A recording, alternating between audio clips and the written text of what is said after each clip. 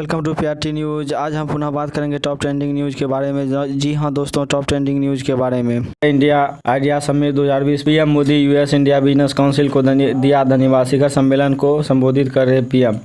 प्रधानमंत्री नरेंद्र मोदी अब से थोड़ी देर में 22 जुलाई को भारत अमेरिका कारोबार परिषद USIBC द्वारा आयोजित इंडिया आइडिया समिट को संबोधित कर रहे हैं। प्रधानमंत्री नरेंद्र मोदी ने इंडिया आइडिया समिट को संबोधित करने के लिए आमंत्रित किया है। यूएस इंडिया बिजनेस काउंसिल को धन्यवाद दिया। पीएम मोदी ने कहा, मैं 45वीं वर्षगांठ पर USIBC को धन्यवाद देता हूं। पिछले दशकों में USBC ने भारतीय और अमेरिकी कारोबार को करीब लाया। पीएम मोदी ने ट्वीट कर बताया कि वो इंडिया आइडिया समिट को रात 9 बजे संबोधित करेंगे। उच्च पदस्थ सूत्रों के मुताबिक इंडिया आइडिया समिट में प्रधानमंत्री कोरोना संकट काल में बदलते भारत के निवेश अवसरों का खाका पेश करेंगे। गौरतलब है कि भारत बीते कुछ दिनों के दौरान बदले अंतर्राष्ट्रीय राजनीतिक परिदृश्य के चीन के खिलाफ उंगली उठने वाले मुल्कों को व्यवस्थापक आर्थिक साझेदारी के लिए आकर्षित करने में जुटा है। पीएम मोदी ने कहा, मैन्युफैक्चरिंग की घरेलू कैपेसिटी को बढ़ाना होगा और फाइनेंशियल संस्थाओं को मजबूत करना होगा। उन्होंने कहा कि वैश्विक आर्थिक लचीलापन मजबूत घरेलू आर्थिक क्षमताओं द्वारा प्राप्त किया जा सकता है। इसका मतलब विनिर्माण के लिए घरेलू क्षमताओं में सुधार, वित्तीय प्रणाली के सुधार। खबर निकल के आ रही है झारखंड से। झारखंड में मास्क पहनना अनिवार्य, लॉकडाउन का नियम तोड़ने पर 2 साल जेल और 1 लाख रुपये का जुर्माना। कैबिनेट ने 39 प्रस्तावों को दी मंजूरी। हेमंत सोरेन की सरकार ने झारखंड में सभी लोगों को मास्क पहनना अनिवार्य कर दिया। यदि कोई भी व्यक्ति लॉकडाउन के नियमों का उल्लंघन करेगा तो उसे 2 साल की जेल हो सकती है, साथ ही 1 लाख रुपये का जुर्माना भी देना पड़ेगा। हेमंत सोरेन ने कैबिनेट ने बुधवार को 39 प्रस्तावों को मंजूरी दी। सरकार ने झारखंड के नया लोगो जारी करने का फैसला किया। झारखंड सरकार का नया लोगो 15 अगस्त को एक साथ पूरे राज्य में इस्तेमाल होने लगेगा। साथ ही कहा कि CBSE और जैक के टॉपर्स को 1 लाख रुपये दिए जाएंगे। झारखंड सरकार ने वैश्विक महामारी का रूप ले चुके कोरोना वायरस के संक्रमण को संक्रामक रोग के रूप में लिया है, इसीलिए राज्य में सभी लोगों के लिए मास्क लगाना अनिवार्य कर दिया है। कहा कि नियमों का उल्लंघन करने पर 2 साल की जेल की सजा भुगतनी होगी और 1 लाख रुपये का जुर्माना भी देना पड़ेगा। कैबिनेट की बैठक समाप्त होने के बाद स्वास्थ्य मंत्री बन्ना गुप्ता और शिक्षा मंत्री जगन्नाथ महतो ने कहा कि प्रदेश में लॉकडाउन पर कोई भी निर्णय मुख्यमंत्री हेमंत सोरेन लेंगे। कैबिनेट की इस विषय पर चर्चा हुई। मंत्रिपरिषद ने कोई भी निर्णय लेने के लिए मुख्यमंत्री को अधिकृत किया है। हर पहलू पर विचार विमर्श करने के बाद ही CM अंतिम निर्णय लेंगे। अगली खबर निकल के आ रही है राजस्थान से। CM गहलोत ने की पीएम मोदी को लिखी चिट्ठी। सरकार गिराने की हो रही कोशिश, संयंत्र में केंद्रीय मंत्री भी शामिल। राजस्थान पर जारी राजनीतिक संकट के बीच मुख्यमंत्री अशोक गहलोत ने प्रधानमंत्री नरेंद्र मोदी को एक पत्र लिखा है। इस पत्र में उन्होंने आरोप लगाया कि राजस्थान की निर्वाचित सरकार को गिराने का प्रयास हो रहा है। इस संयंत्र में केंद्रीय मंत्री भी शामिल है। पत्र में उन्होंने लिखा कि कोविड-19 की महामारी के इस दौर में जीवन रक्षा हमारी सर्वोच्च प्राथमिकता है। ऐसे में राजस्थान में चुनी हुई सरकार को गिराने का कुप्रयास किया जा रहा है। इसकी रीति में केंद्रीय मंत्री गजेंद्र सिंह शेखावत, भाजपा के अन्य नेता एवं हमारी पार्टी के कुछ अति महत्वाकांक्षी नेता भी शामिल है। गहलोत ने पीएम मोदी को पत्र लिखा, प्रिय श्री नरेंद्र मोदी जी, मैं आपका ध्यान राज्यों में चुनी हुई सरकारों को लोकतांत्रिक मर्यादाओं का विपरीत हॉर्स ट्रेडिंग के माध्यम से गिराने के लिए किए जा रहे कुत्संगित प्रयासों को और आकृष्ट करना चाहूँगा। उन्होंने आगे लिखा कि हमारे संविधान में बहुदलीय व्यवस्था के कारण राज्यों और केंद्रीय मोदी में अलग अलग दलों की सरकारें चुनी जाती है। लोकतंत्र की खूबसूरती ही है। इन सरकारों को दलगत राजनीति से ऊपर उठकर लोकहित को सर्वोपरि रखते हुए कार्य किया।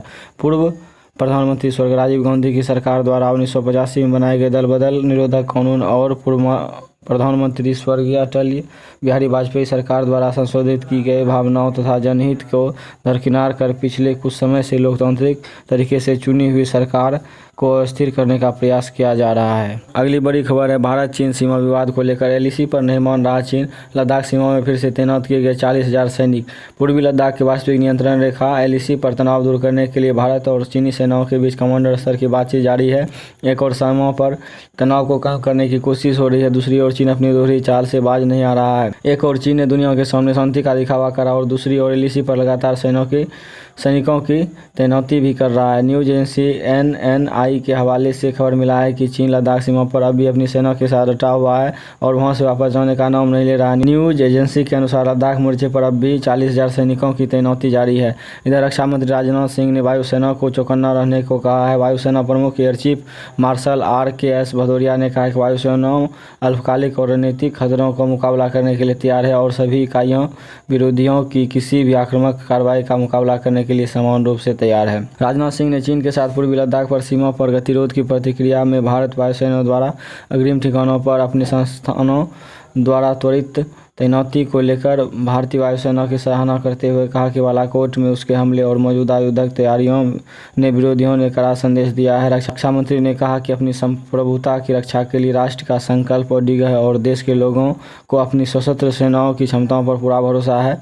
उन्होंने कमांडरों को आश्वस्त किया कि सशस्त्र बलों की सभी आवश्यकता चाहे वित्तीय हो या अन्य तरह की पूरी की जाएगी। अगली बड़ी खबर आ रही है गलवान घाटी में शहीद कर्नल संतोष बाबू को लेकर। गलवान घाटी में शहीद कर्नल संतोष बाबू की पत्नी संतोषी को मिला डिप्टी कलेक्टर का पद। मुख्यमंत्री राव ने दिया नियुक्ति पत्र। भारत और चीन विवाद में हुई हिंसक झड़प के बाद शहीद हुए कर्नल संतोष बाबू की पत्नी संतोषी को डिप्टी कलेक्टर ने अपने पद पर नियुक्त किया। मुख्यमंत्री के शेखर राव ने उन्हें नियुक्ति पत्र सौंपा। इतना ही नहीं, राव ने अधिकारियों को निर्देश दिया कि इसकी नियुक्ति हैदराबाद या उसके आसपास के इलाकों में ही की जाए। फिलहाल कर्नल संतोष बाबू की पत्नी दिल्ली में रहती है और उसके साथ 8 साल की बेटी और 3 साल का बेटा है। शहीद संतोष की मां चाहती है कि उसके बेटे का तबादला भी हैदराबाद में हो जाए ताकि पूरा परिवार एक साथ रह सके। शहीद संतोष के निधन के बाद राज्य सरकार ने परिवार वालों को 5 करोड़ रुपए की आर्थिक सहायता भी देने का ऐलान किया। कर्नल संतोष गलवान घाटी में पेट्रोलिंग पॉइंट 14 के करीब हुई झड़प में शहीद हुए। संतोष ने 2 दिसंबर 2019 को कमान संभाली थी। इंडिया टुडे ने चीन सीमा पर तैनात सीनियर अधिकारियों के हवाले से बताया 6 जून की दरमियानी रात बिहार रेजिमेंट के कमांडेंट ऑफिसर कर्नल संतोष बाबू 20 जवानों के साथ चीनी सैनिकों के साथ बातचीत करने गए थे। वे वहां पर चीनी सैनिकों को समझाने के तहत पीछे हटने के लिए वार्ता करने गए थे। जब कर्नल बाबू वहां पहुंचे तो चीनी सैनिकों का हवा बदला हुआ था। अमूमन जो सैनिक पोस्ट पर होते थे उसके बजाय नए सैनिकों की तैनाती की गई थी। कर्नल बाबू जैसे ही वहां पहुंचे चीनी सैनिकों ने धक्का मुक्की शुरू कर दी, लेकिन संतोष बाबू वहां से नहीं हिले और डटे रहे। धक्का मुक्की के बाद चीनी सैनिकों ने उसके टीम पर पत्थरों से हमला बोल दिया। शुरुआत में पीएलए के जवानों ने छोटे छोटे पत्थरों से हमला किया। इस दौरान संतोष बाबू और पूरी टीम गलवान के ऊपरी छोर पर चढ़ गए। संतोष बाबू के ऊपरी छोर पर चढ़ते देख पीएलए के एक जवानों ने बड़ा पत्थर फेंका जो कर्नल बाबू के नौक के सामने से जा टकराया। कर्नल बाबू इस दौरान नीचे गिर गए, जिसके बाद भारतीय सैनिक चीनी सैनिकों पर टूट पड़े। चीन की सीमा में लगभग 45 साल बाद भारतीय सशस्त्र बलों की कर्मियों की इस तरह शहादत की पहली घटना है। हिंसक टकराव के दौरान एक अधिकारी व 2 जवान शहीद हुए जबकि 6 चीनी सैनिक भी ढेर हुए। 1975 में अरुणाचल प्रदेश में तुलुंगला में हुए संघर्ष में 4 भारतीय जवानों की शहादत के बाद इस तरह की पहली घटना है।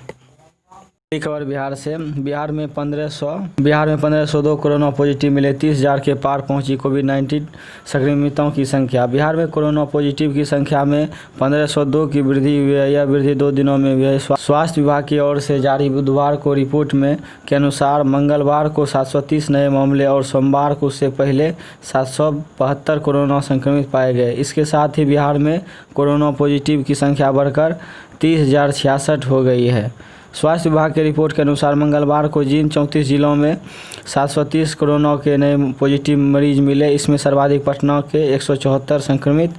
इसके अलावा मुजफ्फरपुर में 113, गया में 54, वैशाली में 46, जहानाबाद में 39, नालंदा में 35, भागलपुर में 31, नवादा में 31, कटिहार में 27, पश्चिम चंपारण में 24, बेगूसराय में 24, सीतामढ़ी में 22 कोरोना पॉजिटिव मिले। वहीं सुपौल में 15, खगड़िया में 12, सिवान में 12, जमुई में 11, मधेपुरा में 11, शेखपुरा में 10, अरवल में 9, सहरसा में 7, दरभंगा में 4, लखीसराय में 3, शिवहर में 3, औरंगाबाद में 2, गोपालगंज में 2, पूर्णिया में 2, बांका में 1, बक्सर में 1, पूर्वी चंपारण में 1, किशनगंज में 1, मधुबनी में 1, मुंगेर में 1, रोहतास में 1 कोरोना संक्रमित मिले। वहीं मुजफ्फरपुर के बरेली के एक व्यक्ति का सैंपल लिया गया, उसका भी पॉजिटिव आया है। इसके अलावा 20 जुलाई या उसके पहले पुराने मामले में 35 जिलों में 772 कोरोना संक्रमित पाए गए। इसमें सर्वाधिक पटना के 278 मामले हैं।